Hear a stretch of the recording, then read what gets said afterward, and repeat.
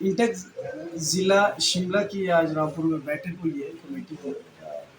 और जो कमेटी की जो मुख्य उद्देश्य है कि जो हमने चुनाव के दौरान ये नारा दिया था कि मोदी हराओ देश बचाओ, उसमें इंटेक की लाइन काफ़ी हद तक सफल हुई है कि मोदी सरकार को अब गठबंधन सरकार में जाना पड़ रहा है। जो 400 का नारा उन्होंने दिया था वो डिफीट कर दिया और देश की आम वर्किंग क्लास ने, मजदूर, किसान, कर्मचारी, नौजवान, महिला ने ये साबित कर दिया है कि इस देश में धर्म, जाति, क्षेत्र इम्पोर्टेंट नहीं है, उसके मुद्दे हैं। महिलाओं के उसके सुरक्षा की बात है, नौजवानों का उसके रोज़गार की बात है, मज़दूरों का वेतन वृद्धि की बात है। इसके लिए हमने आज बैठक रखी थी और आने वाले समय के लिए जो इंटक का जो हमने मांग रखी है भारत सरकार के पास और राज्य सरकार के पास, 26,000 रुपये न्यूनतम वेतन होना चाहिए।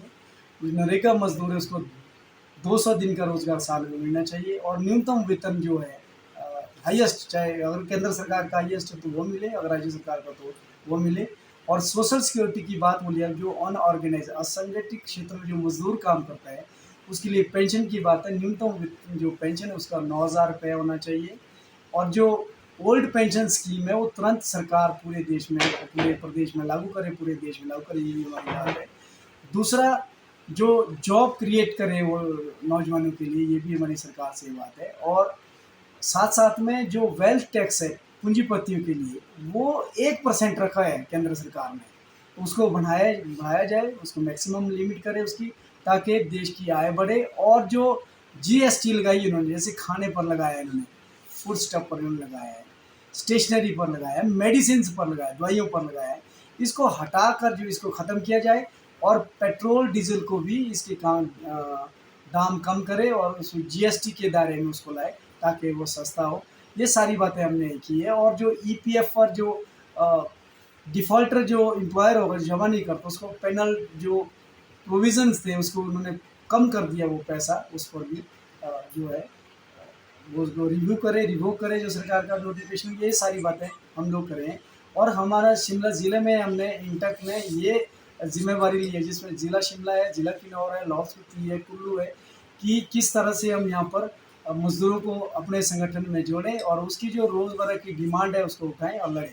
खास करके बीओसीडब्ल्यू जो भाजपा ने बंद कर दी थी बेनिफिट लाभांश देने, तो उसमें ये सबको मिले। जैसे बीआरओ का मजदूर है, ये तो 12 महीने काम करता है। कंस्ट्रक्शन का हाइड्रो का प्रोजेक्ट है, उसको वो तुरंत जो पेंडिंग पड़े हैं वो दे। और जो नरेगा बहाल किया, नरेगा के जितने भी नरेगा में मजदूरों के जितने भी क्लेम भारत से हिमाचल सरकार के पास पड़े हैं, तुरंत उनको सैंक्शन करके मजदूरों को मिलना चाहिए। इसमें सरकार पर कोई आर्थिक बोझ नहीं है।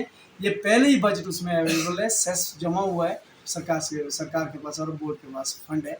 इनके लिए हम लोग काम करें। और रामपुर में जो हमारा जिस तरह से काम है इंटक का, वो हम लोग करेंगे। और रामपुर में ईएसआई डिस्पेंसरी हमारी प्रायोरिटी है कि जो यहाँ पर मजदूर है, लगभग 4,000 मजदूर रजिस्टर है उसमें, तो उसके लिए डिस्पेंसरी खोलें वो, जिसमें 50,000 तक कैशलेस है और बाकी उसके इलाज के जो पैसा है 5 लाख तक रुपये वो उसको मिले।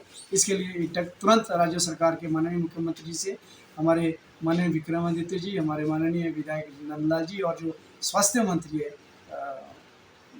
शांडिल जी, उनसे भी, डॉक्टर शांडिल जी से भी हम लोग इस विषय को मिलेंगे, इस विषय को लेकर मिलेंगे। तो इसका कार्य जो है काफ़ी लंबे समय से नहीं हो पा रहा है, जैसे अन्य स्थानों में जो है अब लाभ मिलनी शुरू हो गए हैं, तो रामपुर में ये कार्य नहीं हो पा रहा है, ऐसा क्यों? रामपुर में भी मिलने शुरू हुए, किन्नौर में भी मिलने हुए, लेकिन वो बीआरओ के मजदूर नहीं, आप जो बीओसी में तो मिलना शुरू हो गया, लेकिन नरेगा का नहीं मिले, वो तुरंत करें।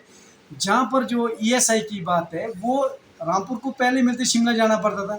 अब हम शिमला क्यों जाए, रामपुर में खोले हैं वो। तो हमारी ये बात सरकार के साथ भी चली है, वो विचाराधीन है, क्योंकि सैंक्शन ऑर्डर तो सरकार के हो चुके हैं, लेकिन डिस्पेंसरी कहाँ खोलेगी ये अभी तय नहीं हुआ है। तो हमारा सरकार से भी, माननीय मुख्यमंत्री जी, स्वास्थ्य मंत्री जी से, विक्रमादित्य से, नंदलाल जी से भी हमारा ये अनुरोध है कि तुरंत इसको टेकअप करें और रामपुर में डिस्पेंसरी मजदूरों के हित के लिए जल्दी खोलें। जो भी आपकी मांगे हैं, यदि केंद्र सरकार समय रहते इस पर कोई उचित कदम नहीं उठाती है, तो किस तरह का जो है आपकी रणनीति रहेगी? 11 जुलाई को केंद्र की जो बड़ी केंद्रीय ट्रेड यूनियन है, जिसमें इंटक है, ईटक है, सिट्टू है, बीएमएस है, एचएमएस है, बीएमएस तो नहीं है उसमें, सेवा है, तो ये 11 जुलाई को हम मांग पत्र दिवस पूरे देश में मना रहे हैं।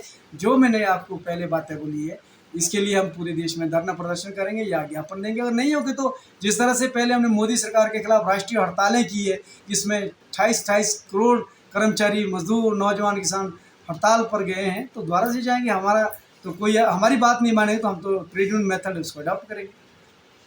अभी भी आप देखते होंगे, अभी आज लोकसभा अध्यक्ष का जो चुनाव हो रहा है और 48 साल के बाद पहली बारी विपक्ष ने स्पीकर, ये समझे नहीं आपने, जो एक फोबिया बनाया था जो मीडिया ने, जो कॉर्पोरेट मीडिया था जिसको गोदी मीडिया भी बोलते हैं। मेरी श्रीमती में तो उस नाम पे बांध दी गई, वो कांग्रेस में बीजेपी, हम उस नाम पे भीड़ तो नहीं है।